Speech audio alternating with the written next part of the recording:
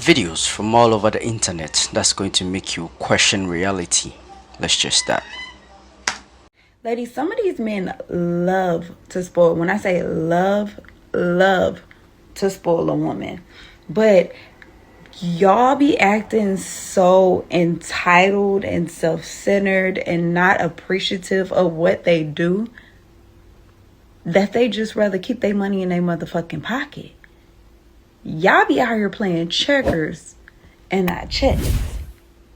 Y'all be wanting all this shit but don't want to give anything. And I'm not even talking about monetary. You don't even want to give the illusion that you like this motherfucker, but you want him to pay all your bills. Like you're not. 2 and 2 equals 4. And it just, you're not making sense. You can't expect that man to do all this shit and you don't want to do nothing. You think he was just supposed to give it to you off your face guard. Because he ain't never had a bad bitch before. A lot of women are bums because they choose to look for that. Listen, I ain't gonna sugarcoat. I'm not sugarcoating shit. A lot of women are bums, and you have high standards with low quality in yourself. You want a man to have 6 figures. You want a man to take care of you, pay all your bills. You want a man to do this, that, and the third. Elevate your life. But you can't do that for yourself. So why is a man going to invest that into you when you don't even do that for yourself? If you don't show a man that you're worth that yourself, why is it that you feel obligated to meet somebody? And most times it's a stranger. You meet a stranger and he ain't trying to pay your bills. You don't want to deal with him. Women are putting themselves in situations where they're dealing with less than for a nigga that's paying their bills. No, most women feel like when they fuck a nigga, they can fuck some money out of a nigga too.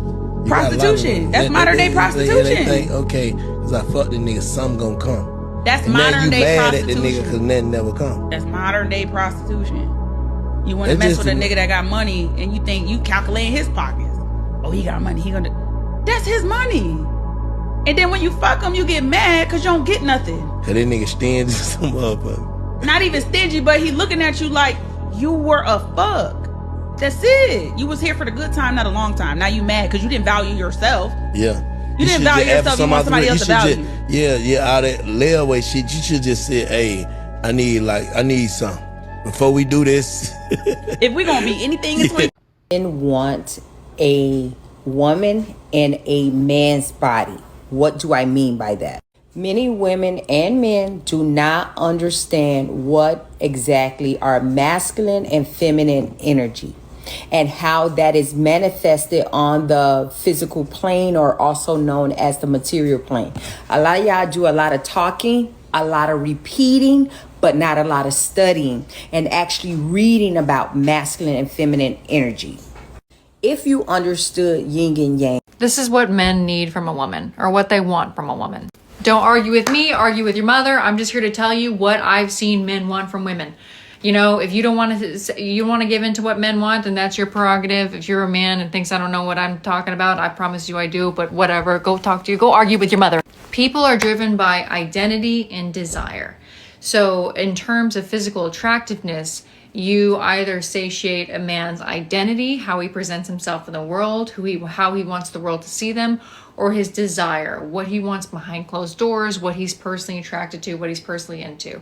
Now, if you check both of those boxes, then that's good. That's a very, very good sign for the longevity of your relationship with this man. Also, quick side note, men go for women that they can afford. Period. End of story. That is how they operate. That is how their brain works. They go for women that they can afford, and if they cannot afford you, they will resent you. I've made videos before talking about how men who have money don't call women gold diggers. Gold digger was a word that was invented by broke men because they resented the woman that they couldn't afford. They will not waste their time with a woman that they feel like they cannot afford, and who has a lot of different suitors who could give them a better lifestyle, and give their children a better life and lifestyle than they could.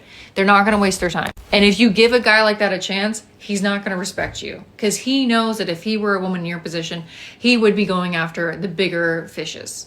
Okay, so he thinks there's something wrong with you. So I keep seeing women on social media saying that their men are passive or indecisive about what they want to eat. That ain't what it is. Men don't want to dedicate any mental resources to thinking about food. If you ask a woman what she wants for dinner, she says, I don't care. You pull up to the taco spot, she's going to look over at you and say, honey, I wasn't really in the mood for tacos. You ask a man what he wants for dinner, he says, I don't care. You put a plate of meatloaf in front of him, he's going to look up and say, thank you, honey, this looks delicious. He's going to eat it all, and he's going to get an extra helping. Just to show you how much he supports you, just putting something on the plate and taking that off his plate. Pun intended. Men don't want to think about no food. When men say they want a woman that can cook, what they're really saying is they just want a woman that manages the meals and the food and the grocery shopping and the meal planning, because they don't want to have to think about that. If there's money in the budget, if your family got it like that, that man don't care if you Uber in some food. That man don't care if you order in some food. It ain't about you standing in the kitchen with an apron on. He don't want to have to think about it. Y'all make stuff too hard. You know what the man like. Take one of them regulars off the roster, put it on the plate, and get on with it. Not that hard. It's really not. Marrying the wrong person is one of the most dangerous things that you can do. Go ahead and grab something stronger than wine, because you're going to need it after hearing this. As a trial attorney, especially in my area, family law, I feel like I've heard it all. I know the worst of the worst. I'm wrong. This is Giselle Pellicott. She is a 71-year-old woman, a wife, a mother, a grandmother. She's been married to her husband, here he is, for 50 years, and she describes her marriage as wonderful. She said she had a loving marriage. He was a wonderful husband, a wonderful father, and also now a wonderful grandfather. But oh, what a difference a day makes. One day, she gets a phone call from the police, ring-a-ling-a-ling, and they're asking her questions about her husband because he's currently under investigation for being a creep. He was at the grocery store filming up ladies' skirts and dresses. Nonetheless, she's shocked. She's not aware of any of this behavior. Time goes on, they end up confiscating his phone, his computer, and some other electronics. And what the police discover is honestly one of the most unimaginable things a wife would ever suspect. For at least the last decade of their 50-year marriage, her husband had been drugging her and inviting strangers to come have their way with her while she was unconscious. He was taking sleeping pills and grinding them up into her food and her drinks. He had advertisement on adult websites for men to just come on over. This was all discovered because on his laptop there was a folder that was labeled abuse. The cops think they're just investigating a creep at the grocery store, but it's so much worse. In this file, there were over 200 videos and photos of these. Jack your dick and get one off. And then see if you really still want to go over there and fuck. Because it's a lot of y'all, you fuck too easy, bro. You fucked, and I'm telling you this from a real nigga space. You fuck too easy. You fuck the wrong bitches too easy. And before you know that the bitch a demon, you already done nutted in her. And I'm talking about nutted in her raw. So now you got children with a motherfucking demon. This bitch don't care nothing about the kids or you while caring for the kids and fucking you. So any minute, them babies gonna be used as pawns to play with your ass. And this is when you gonna see your mental health get tested, my nigga. And then when you make a decision that's best for your mental health, it's probably going to be opposite of what's best for those children, but it's a safe space for your mind. Now you at a crossroads where it's shifty, right? This is when that real nigga mode got to set in. Can you stand 10 toes on the decision that you make? If you walk away, can you stand 10 toes on the decision that you made and accept that that bitch gonna call you a deadbeat for the rest of your life, and your kids probably gonna be affected heavily in a negative way by you choosing your mental health in that moment? These are the choices that niggas is faced with when they fuck too easy on a motherfucking demon. And I'm gonna tell you niggas something. These demons look good, boy. They look good, boy. They go to the DR, they go down to Miami, Florida, they get their body done, they had them titties sitting up right, ass be fat, waist be little, Instagram followers be... You don't have to go through their phone. I'm going to tell you how to know if they're cheating. Some of you guys don't actually want to know. Okay, some of you guys don't actually want to know. And if that's you, that's fine, but click off now because you will not be able to unhear this, and my words will haunt you. Okay, so if you're still here, let's get into it. There is before, during, and after. 3 categories. For the before, it's a break in pattern. They're doing things that they never did before. All of a sudden, they have new hobbies, new places that they go, new friends. You have not seen these things before. If you're doing something new, you have to create space for it. They are picking fights with you. This serves 2 purposes. Number 1, if you start a fight, you have a great excuse to get the hell out of there. It's, I need time to clear my head. I'm going to take a walk. We just need to spend a little bit of time apart to calm down from this. And number 2, it assists in absolving them from guilt. If you go into something feeling justified because you just got into a fight with your partner, it makes you way more able to do it. If you are dating a man that is a cheater and he travels for work, that is where he's cheating. 100% of the time. During work trips, you're going to get a ton of calls during the day. It's to build up your tolerance so that you will be more comfortable accepting. I didn't think that women really cheated. And I mean that, like, my whole life, till about maybe like 4 years ago when I really started to grow up, like, I was like, women don't cheat like that. I'm not even gonna lie. I used to think the same way until I got cheated on. Now we gotta break it down. Now we gotta think about how easy most men are. If your girl is a 6 or a 7, a lot of men will sleep with a 6 or a 7. Think about it like this. If she's a 6, she has at least 10 or more men hitting her up a week. That's me being generous. That's low numbers. Now let's compare that to a man being a 6 and he's average with the money.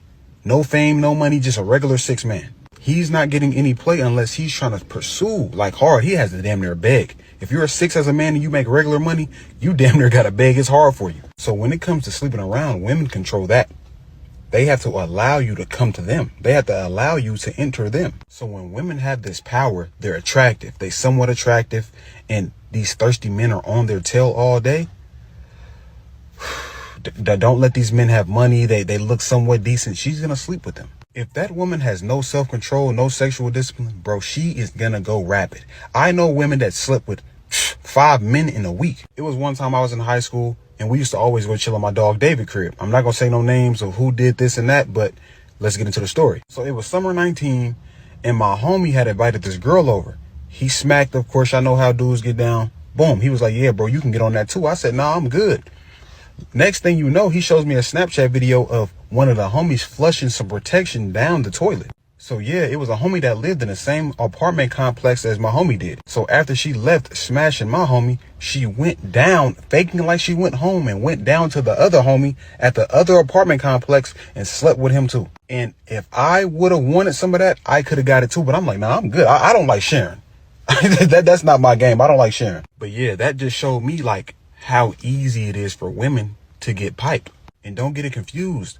Some fine women, they abuse that as well. They know a lot of men find them attractive, so they sleep with as many men as they want to. So when these women have these options, they can't control themselves. It's just like a rich man. If you're an attractive woman, I'm going to compare it like that. If you're a rich man, you have access to a lot of women because a lot of women want your money, so you can sleep with whoever at that point. So if you're an attractive woman, these women have all these options of men that want to sleep with them, and they abuse it.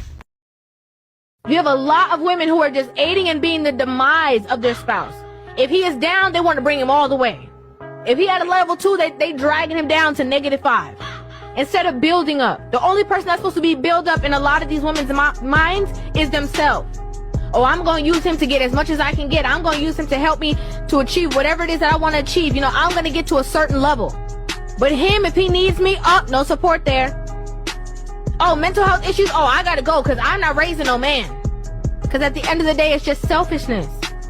These women are running rampant with their selfishness and their egos and their pride and masculine energy.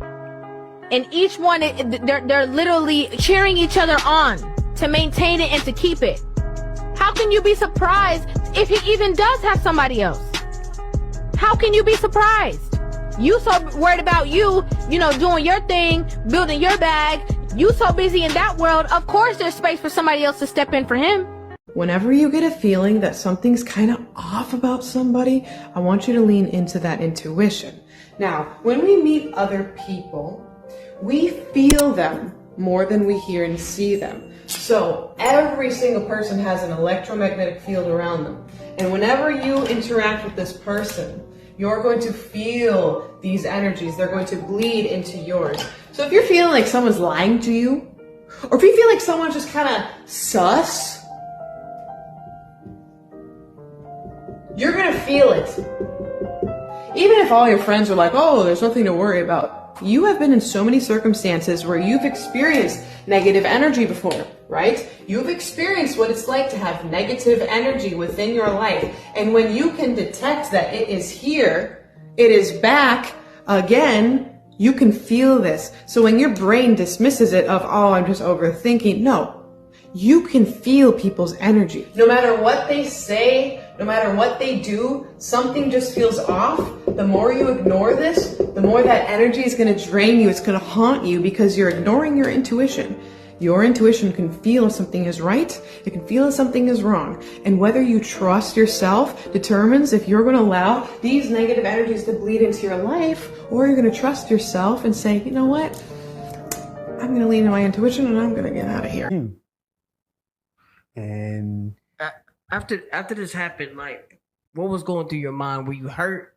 Were you like, did you think like, can you just kind of walk us through like what goes through a man's mind when something like this happens? Yeah, my asshole was hurt. Normally people get put in, what's it called? The infirmary? Did you seek to go? I didn't tell nobody. I really, okay, I know you all have heard plenty of stories about women out here that get raped. Right. And how after it happens, even if they know the person, it's somebody that they've known for a long time, they still don't want nobody to know. They still don't want it to, they just want it to be an isolated incident. And that's kind of what I was going to do. Right. It happened, it was over with, and I was just like, man, I like I said, I just stopped hanging out with the dude. I stopped going around him, stayed in my unit. I would still come out and watch TV and whatnot, but I would not go nowhere where he was. And did he try you again? Did he ever try to make you? I've never talked. Well, he would send word through other people that we knew, like from New Orleans, that was in my unit. Hey, at that point it was Lil Red. Hey, tell Lil Red to come on over here and talk to me. And so I have to ask, how long did it take you to, one, physically recover, two, mentally recover in regards to just getting back to normal? Physically, probably, I don't know. I don't even know the time frame, but mentally, I think mentally deep down, I still have maybe some issues. Because even at one point, once I got to North Carolina, I started going to therapy. I started seeing a therapist, and for 10 years, I was in and out of therapy. And most of that was because of that, and to just learn about me in general, about my childhood, about me, why I was the way I was, and then how to continue to survive in prison from that point. Like Baba Shaka was saying, technically, once word gets around that this happened, there should have been some type of form of either retaliation. Again, you already kept it solid. Like there should have been somebody in your corner. Yeah, that's what I was saying. Either they came to me. I saying they because it was Louisiana people and California people, because I was hanging around a lot of Crips too, and so it was like a collective. They was like, hey, if you're going to continue to hang around us and be with us, then you got to do something. If you don't do something, then we do something to you.